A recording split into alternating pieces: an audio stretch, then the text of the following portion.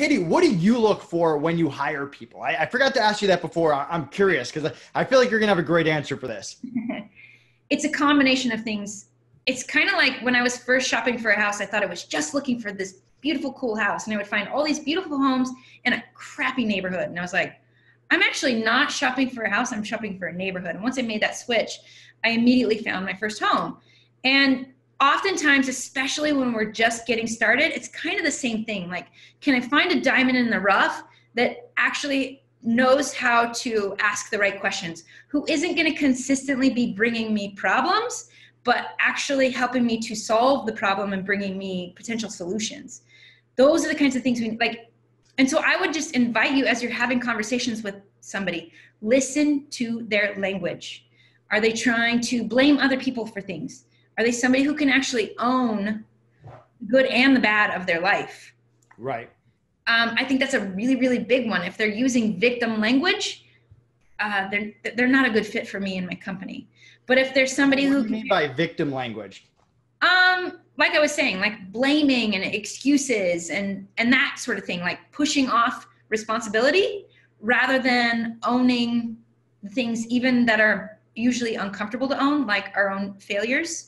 Right. There's somebody who can just kind of own that and face that stuff. It's really powerful. Those are the kinds of people I want to work with. I'm like, okay, he gets it. Because the reality is, like, not everything I've ever done in my life has been a quote success, Nate. It just hasn't. And I know that that's human nature.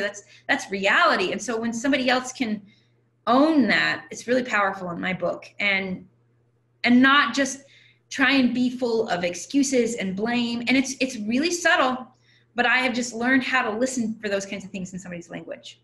And how do you evaluate them once they get started? Because sometimes that they might act a certain way during the interview process, and then you see the real person that first few weeks, first few months.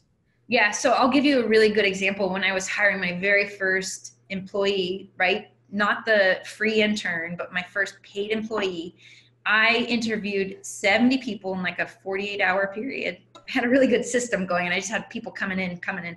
And they were just really quick interviews. And there were two women at the end who I was like, okay, I want this person to come in and this person to come in.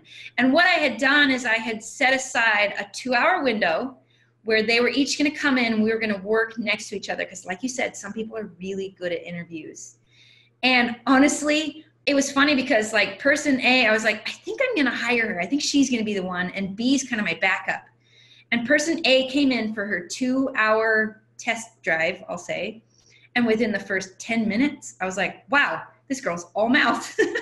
Like, she'd be a really fun girlfriend to go to dinner with, but she is not going to move my business forward. And it just was really clear. And so, like, when it comes to hiring people, like I said, I don't hire somebody who hasn't already worked for me. So I limited myself to that 2-hour window. Like, why don't you come in and not just so I can see if you're the right fit for me, but so you can see if we're the right fit for you.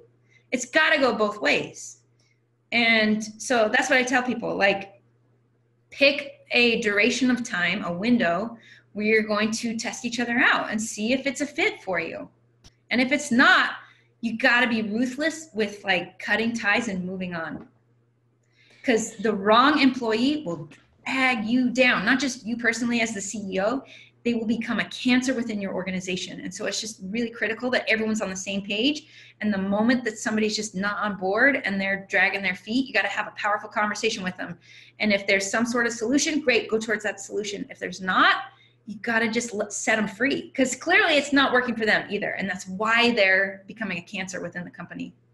What's your setup right now? Are you still operating somewhat remote, or are you hiring employees? What do you have now?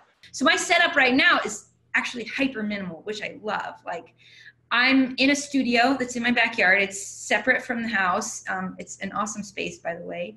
And it's physically separated from my home, which gives me the quiet and the focus that I need to operate with. And then everybody that on my team, they're all remote. I've got VAs in the Philippines. I've got people in the US that I work with, designers, and everybody is remote. And it's all about just keeping everybody consistently on the same page, all of us moving in the same direction. And the moment I like feel something's off, I've got to be willing to confront that. And when I say confront, it's not like force, like I was talking about. It's not anger. It's not any of those things. It's like, hey, I feel like maybe something's not quite right. Is there anything I can do to help you? How do you communicate? What communication channels do you use when you have all these people all over? Yeah. We keep it super simple. Voxer and email and Trello. I love it. I'm the same way. I use Voxer. I also use Skype. Those of you that don't know Voxer, it's like a walkie-talkie type thing. It makes it easy to send voice messages. Really awesome app that I discovered recently. Can we hear the story, or at least the short version of how you sold your company? You said it was a good story. Yeah, well, every physical products company knows that, like, as you grow, what got you to where you are will destroy you moving forward. And so we like kept hitting these ceilings, and I was ready to find a partner to take us to the next level. And so I was